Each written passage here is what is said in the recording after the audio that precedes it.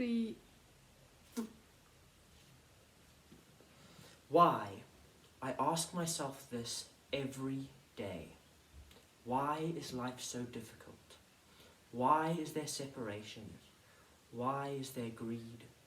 And why is there disease?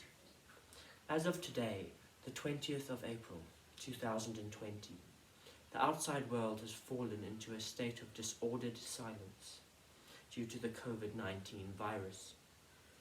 Schools are barren, and if you are on the privileged side of society, your sofa has long since eaten you up. A popular conspiracy theory concerning the coronavirus has been spreading faster than the virus has in Italy.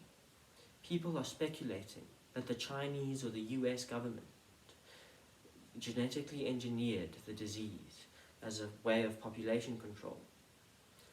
I personally do not believe in this rumor. However, I don't believe that this virus was coincidental. I believe in equality and balance among all living beings, and I realize that most of us will regard what I am going to say as false pseudoscience, not to be believed. But as it stands, the pandemic is nature's way of finding balance. For the longest time, humanity has worked to various degrees of success in a factory that separates, discriminates, and abuses. Throughout human history, we have believed that we are greater than nature, the earth, and animals. In ancient Greece, there was a philosopher named Protagoras who stated that man was the measure of all things, and it did not stop there. We separated ourselves into groups based on gender and the amount of pigment in our skin.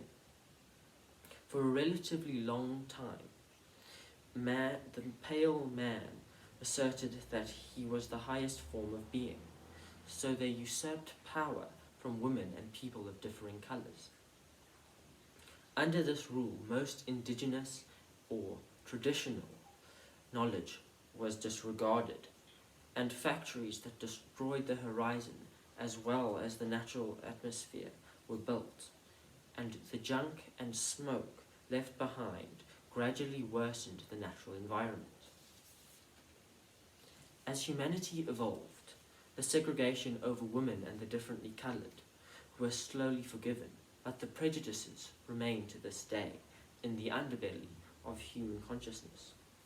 This problem is reflected in most of the Western civilization's attitude toward the natural environment and other plants and animals that struggle along beside us.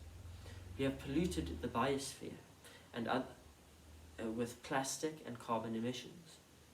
We have bred millions of cattle to the slaughter, and as someone once told me, if the earth has only been living for a day, humanity has lived for less than 5 minutes. And in that time, half of the earth's natural forestry has been cut down.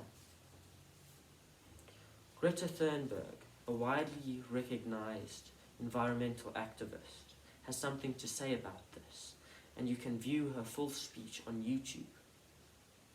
Greta ends off her speech with the words, "The world is waking up, and change is coming, whether you like it or not."